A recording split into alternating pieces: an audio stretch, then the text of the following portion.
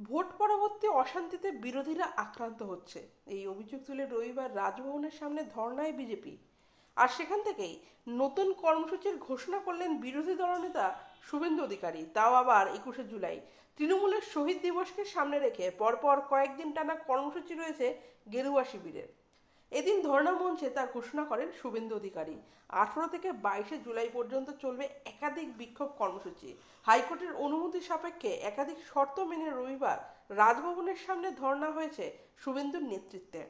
সঙ্গী দলের 300 নেতাকর্মী ও তাদের পরিবারের সদস্যরা। ধর্ণা মঞ্চে শুভেন্দুর সঙ্গে দেখা গেছে দলবদলকারী নেতা তাপস রায়, অর্জুন সিং, কৌস্তব বাগচিদের। এই মঞ্চে বক্তব্য রাখতে গিয়ে বিরোধী দলনেতা দলের নতুন কর্মসূচির কথা ঘোষণা করেন। নজরে অবশ্যই 21শে জুলাই তৃণমূলের শহীদ দিবস।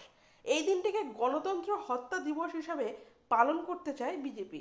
রাজ্যের প্রত্যেক থানার সামনে মুখ্যমন্ত্রী ও মেয়রের বিরোধিতায় বিক্ষোভ দেখানো হবে। দুপুর 12টায় যখন মমতা বন্দ্যোপাধ্যায় বক্তব্য রাখবেন, তখনই বিজেপির তরফে তাদের কুশপুতুল পোড়ানো হবে বলে জানিয়েছে শুভেন্দু। বিরোধী দলনেতা আরও জানান, আগামী 22 তারিখ 400 কোটি টাকা চাঁদা দেওয়া সিএসসি কেন্দ্রীয় অফিস ঘেরাও করতে আমরা নামছি কলকাতায়।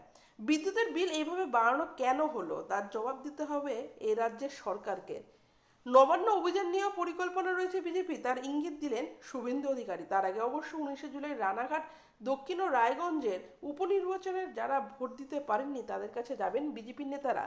তবে নজরে অবশ্যই 21শে জুলাই বিজেপির থানা ঘেরাও কর্মসূচি। ওদিন শক্তি প্রদর্শনে নামবে দুই যুযুধান দল। ওয়াকিবহাল মহলের মতে, লোকসভা ভোট ও বিধানসভা উপনির্বাচনে বিজেপির ছন্নছাড়া পরিস্থিতি থেকে ফের ঘুরে দাঁড়ানোর চেষ্টা করছে বঙ্গ বিজেপি। ফের প্রতিবাদ আন্দোলনের মাধ্যমে সংগঠনকে চাঙ্গা করতে চাইছে। তাই 21শে জুলাইকে কেন্দ্র করে একাধিক কর্মসূচি গ্রহণ।